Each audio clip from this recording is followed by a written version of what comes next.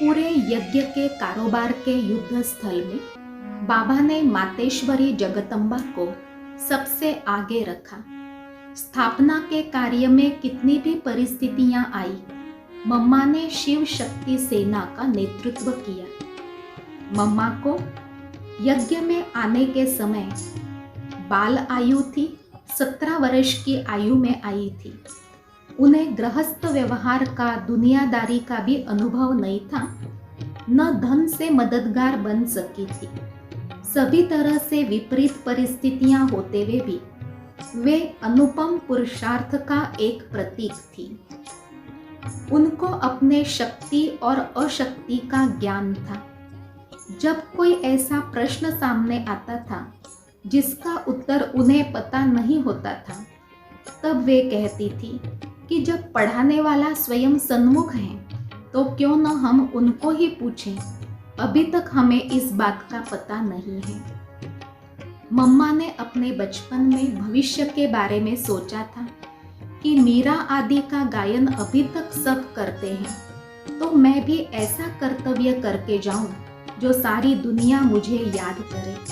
तो सचमुच अपने बचपन के संकल्प को उन्होंने सिद्ध करके दिखाया। हमारा पुरुषार्थ तो प्रोग्राम प्रमाण होता है, लेकिन मम्मा का पुरुषार्थ सहज और नेचुरल होता था।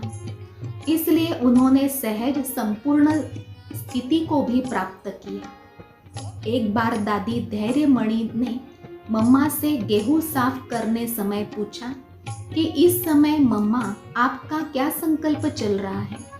तो उन्होंने कहा, हम गेहूं साफ नहीं कर रहे हैं, हम साक्षी दृष्टा होकर कर्मेंद्रियों से साफ करा रही हूँ। मैं कर नहीं रही हूँ, करा रही हूँ। उस समय साक्षी दृष्टा स्थिति का ज्ञान इतना स्पष्ट न होते हुए भी उनकी मम्मा के पास कितनी डीप नॉलेज थी। मम्मा को कोई बात बाबा ने बार बार नहीं कही, जी हाँ कह के उन्होंने हर बात को जीवन में लाया। इसको कहते हैं पुरुषार्थी। मम्मा के आचरण से ये सीखना है कि पुरुषार्थी शब्द का अर्थ ही है जिसको एक बार कोई बात समझाने के बाद दोबारा समझाने की जरूरत न रहे।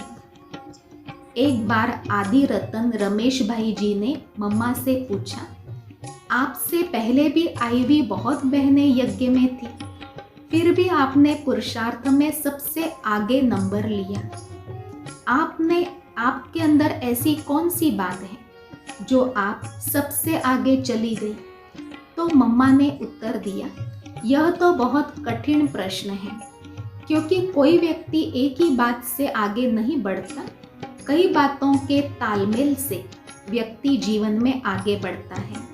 फिर काफी समय सोचने के बाद उन्होंने सुनाया कि मेरे में जो दृढ़ता है ना, कि एक बार कोई संकल्प किया तो उसको किसी भी हालत में पूर्ण करना ही है, इसी गुण से मैं आगे बढ़ रही हूँ। बाबा के कहने पर मम्मा ने एक बार बाबा से वायदा किया कि आंखों से एक बूंद भी आंसू नहीं गिरेगा।